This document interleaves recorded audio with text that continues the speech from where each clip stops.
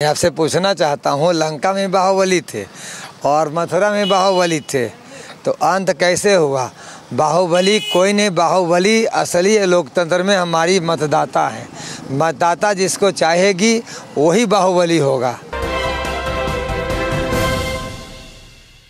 Panorama group, जो सोचता है वो करता है। आपके अपने सपनों का आशियाना।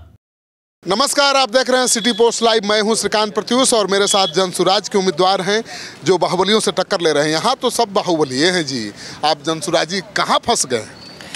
लंका में बाहुबली थे और कहता है मथुरा में बाहुबली थे, उसका अंत कैसे हुआ था? मैं आपसे पूछना चाहता हूँ, लंका में बाहुबली थे और मथुरा में बाहुबली थे, तो अंत कैसे हुआ? बाहुबली कोई नहीं, बाहुबली असली लोकतंत्र में हमारी मतदाता है। मतदाता जिसको चाहेगी वही बाहुबली होगा।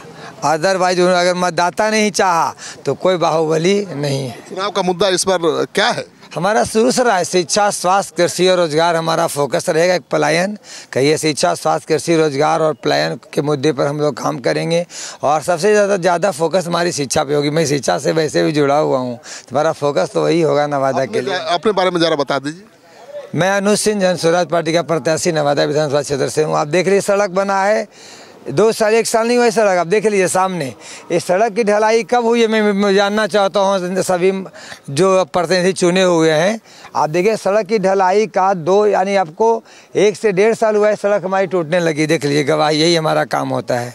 इसलिए इसके लिए मतदाताओं को ऐसी सड़कों से आनी कहती अच्छी सड़क के लिए अनुज सिंह को, जनसुराज पार्टी को मतदान करना चाहिए। अच्छा, तो अभी वोटिंग का परसेंटेज बढ़ गया है अनुज जी, तो उसका क्या किसको फायदा मिल रहा है? फ़ायदा नहीं, वोटिंग का परसेंटेज क्यों बढ़ा है आप लोग सभी जानते हैं, स्वाभाविक आप जानते हैं क्यों बढ़ा है, ये सबको पता है। और किसको फ़ायदा मिलेगा ये भी सबको पता है।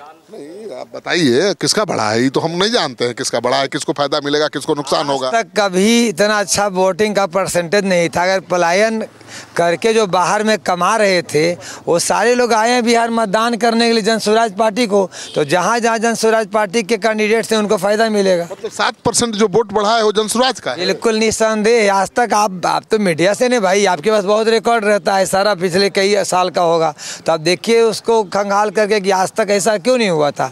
मैंने खुद देखा है, मैं जो घूम रहा था तो हमें कम से कम 50 लोग ऐसे मिले जिन्होंने कहा कि मैं सिर्फ और सिर्फ इसलिए यहाँ आया हूँ कि मुझे मतदान करना। एक गांव है बढ़ई बीघा, वहाँ पे एक मतदाता ने कहा कि मैं 5 साल से नहीं आ रहा था, मेरी पत्नी छठ करती थी, मैं इस बार इसलिए आया हूँ कि मैं प्रशांत किशोर को वोट देने आया हूँ। मैं चेन्नई में जॉब करता हूँ, मैं वहाँ इतना दूर में नौकरी करता हूँ परिवार को छोड़कर। प्रशांत किशोर की सरकार आएगी तो हम लोग बिहार में जॉब करेंगे। यादव का सुना है बयान ना कि जो वोटवा नहीं देगा ललटनिया को मरोड़ देंगे गर्दनिया।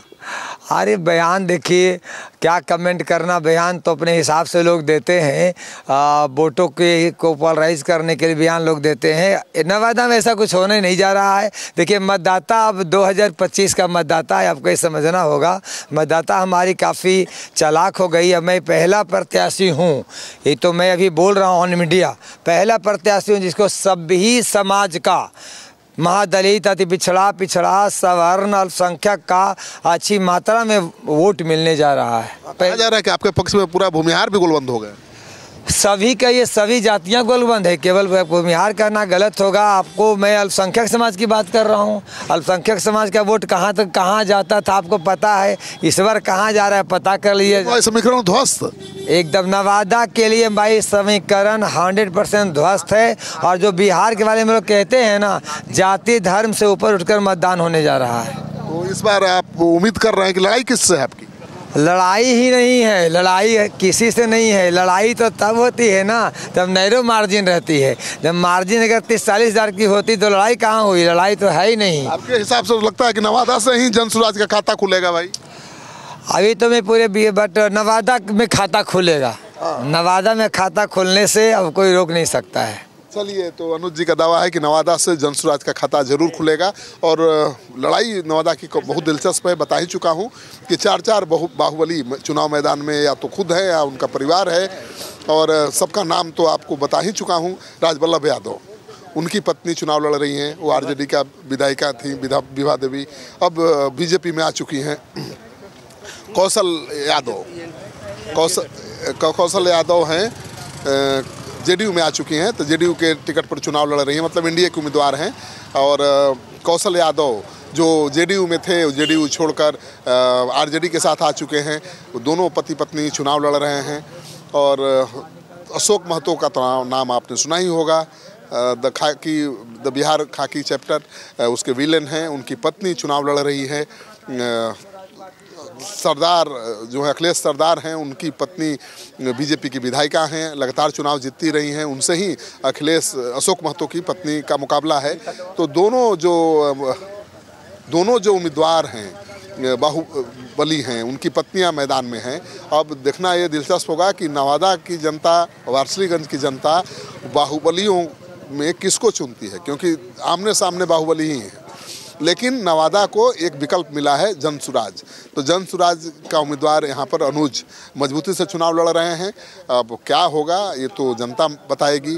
14 तारीख को जब वोटों की गिनती होगी तब पता चलेगा कि क्या जनसुराज का खाता नवादा से खुलता है या नहीं।